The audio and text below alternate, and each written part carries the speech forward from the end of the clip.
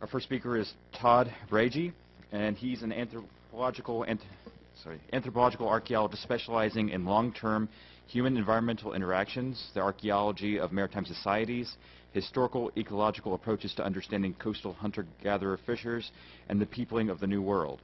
As an associate professor of anthropology at San Diego State University, he conducts much of his fieldwork on California's northern Channel Islands and currently is involved with several research projects.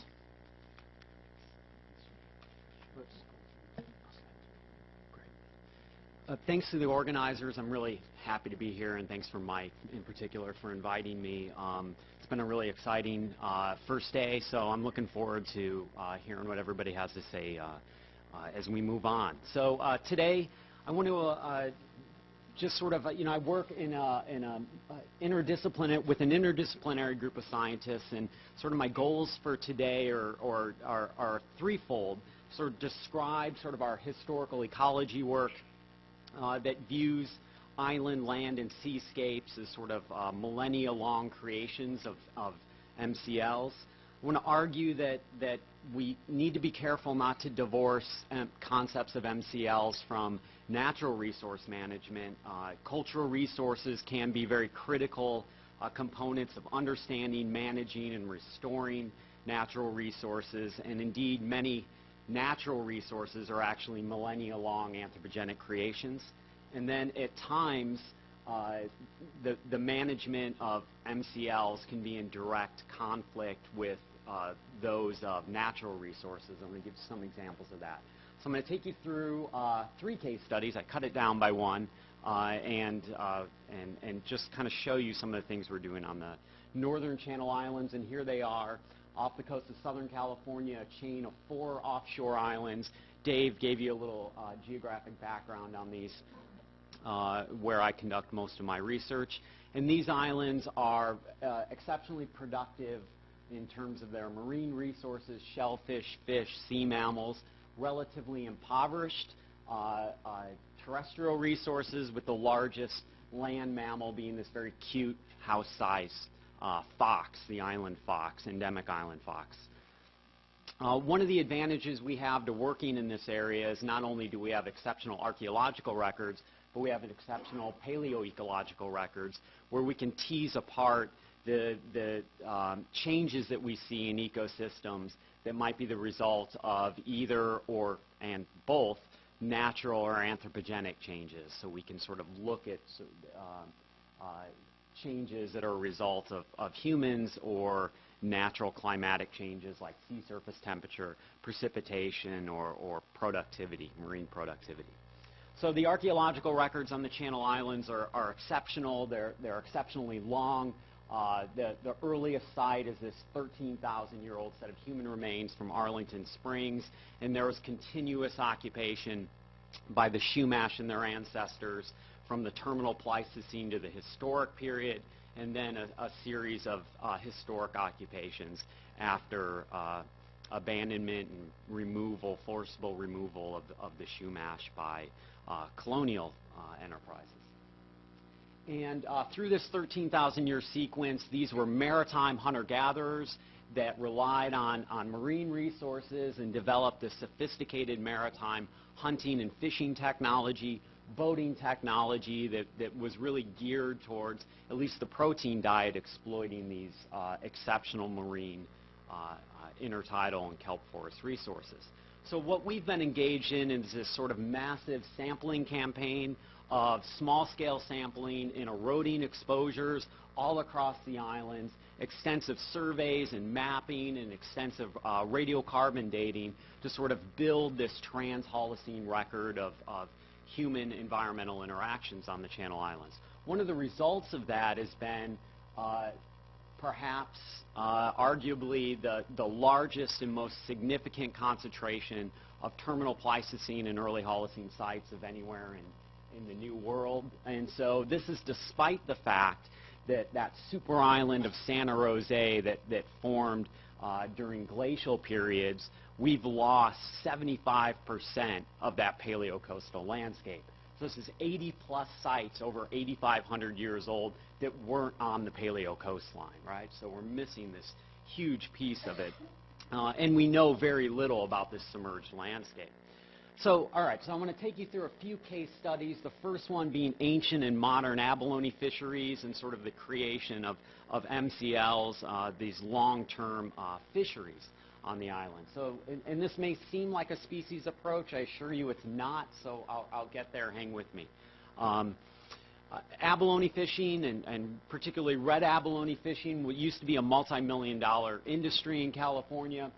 It closed in 1997 because of overfishing and disease, and this was really spurred on by the depletion of otters, a prime predator of abalone, that freed abalone and other shellfish from predation pressure and caused the explosion of abalone populations in California. Abalone's done pretty well since then, and in 2006 there were a number of former commercial abalone fishermen who suggested that we open a test fishery, a test commercial fishery around San Miguel Island, because this population was seen as recovering or recovered. So one of the things that we did is start to build this long-term record of abalone fishing on the island. So we have, we've traditionally relied on sort of this modern data set. The modern catch records from 1950 to 1997 when it closed. Here that is really broad scale a record of where red abalone was abundant through this modern period on the northern Channel Islands.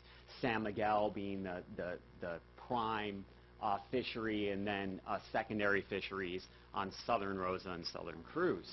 If we look at the archaeological record, abalone, and red abalone in particular, really explodes starting 8,000 years ago on the Channel Islands. So you have lots of red abalone fishing in what we call Middle Holocene red abalone middens. And that just means there are abalone of unprecedented sizes and abundances in archaeological shell middens around the island. And this seems to be tied, starting 8,000 years ago, to native depletion of sea otters, either through direct hunting or scaring these animals out of local watersheds, resulted in declines in otter predation, an explosion in abalone and other economically important shellfish, and then in turn, on the mainland, the formation of middens dominated by these economically important shellfish. Right? So this creation, this trophic cascade essentially ramps up at 8,000 years ago, and although dynamic, has been in place since, right, with this removal of otters as the prime predator of abalone and other shellfish. So we lay the archaeological record of abalone fishing over that modern record, this 8,000-year record of abalone fishing, and we see some consistency. Lots of fishing, both in the modern period and in the deep past on Miguel, and secondary locations on southern Rosa and southern Cruz. Now, well, the implication of this is if we look at sea surface temperature, that Miguel seems, starting 8,000 years ago, to be the place where abalone, red abalone, is always available and always abundant. Through times of warm water and cold water, through low productivity times, through high productivity times, and then it feeds the channel. San Miguel, the nursery for larval recruitment of abalone, feeds the channel to the east during good times, during cold sea surface temperatures. So the management implication being, I'm not so sure a test commercial fishery on the nursery for abalone is the best strategy. Right, so we've done similar work on black abalone, closed, again, a commercial fishery developed in the historic period, closed in 1993. But the difference between red and blacks has only gotten worse. So despite 20 years of management and restoration, in 2009, black abalone was upgraded from a species of a concern to endangered, which on the U.S. Endangered Species Act, which means things are really bad and we have this continued decay. So the strategy for Cal Fish and Game, and as part of this abalone recovery and management, has been part of the strategy has been reseeding. So taking juvenile and larval abalone, black abalone, and reseeding local intertidal systems with millions of these subadults, and then hoping they take hold and then spread throughout larger intertidal systems. The problem has been that the places where that have been identified as good places to do this are almost entire islands in some cases, 100% of the shorelines on many islands. So the strategy has been, a historical ecology approach has been, can we narrow these restoration targets? So again, overlaying the modern period, overlaying the archaeological record of black abalone harvesting, and again we see some consistency in where black abalone have always been available, where this fishing tradition for black abalone has always been in place on Miguel and northwest Santa Rosa. We can also overlay that with not only the modern and the ancient, but the historical. 19th century, in the 19th century, the first commercial abalone fishery in California was started by immigrant Chinese fishermen who came seeking their fortunes in Gold Mountain and were sort of pushed to the margins in the coast and left records of black abalone fisheries, fishing scattered around the island landscapes. And so I've conducted surveys for these sites, and again, this combined information tells us where are sort of smaller scale places where we have these traditions of abalone fishing through deep time. All right, so case study 2 is people, seals, and sea lions. We start with the 18th and 19th commercial hunting in this sea of slaughter where you have this global carnage of sea mammals and whales, bringing many of these animals to the brink of extinction. So just to give you an example, a small example, in 1892, Smithsonian biologists identified what they thought to be the last 8 northern elephant seals in all of the world on Guadalupe Island. They shot 7 of them. They needed specimens for the museum, and they were on their way to extinction anyhow, so the mindset of the time. Fortunately, these animals have recovered, as have many seals and sea lions and whales, and now the Channel Islands contain one of the largest seal and sea lion rookeries anywhere in the world. This is Point Bennett on the far western end of the Channel Islands.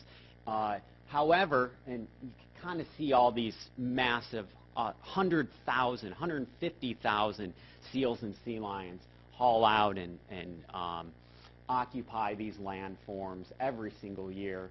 And this is a modern creation. There are archaeological sites all over this point, including a large Chumash village in the middle of this rookery. These animals were not there during the Holocene, and they were probably on offshore rocks that human hunting would have and occupation would have scared them away. The archaeological record for sea mammal hunting really ramps up 1,500 years ago, and we see with sites with lots of sea mammal remains, and these sites tend to follow what seems to be happening today, that animals are occupying the far western end and lesser populations as we move to the east. However, there's been major biogeographical changes. Archaeological records are dominated by Guadalupes. Modern records are dominated by northern elephant seals. Northern elephant seals are rarely found in archaeological records. Guadalupes are abundant in archaeological records, rare today in California. This can create, this hauling out on new landforms can create major management problems. There's a new population of California sea lions occupying these new landforms that have never occupied before. In just 12 months, caused mass destruction of archaeological sites.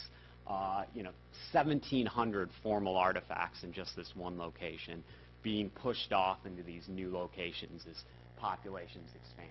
Okay, and then finally, dune building. Dune building is a natural activity that's been going on pre-human during the Pleistocene and continues today on the Channel Islands.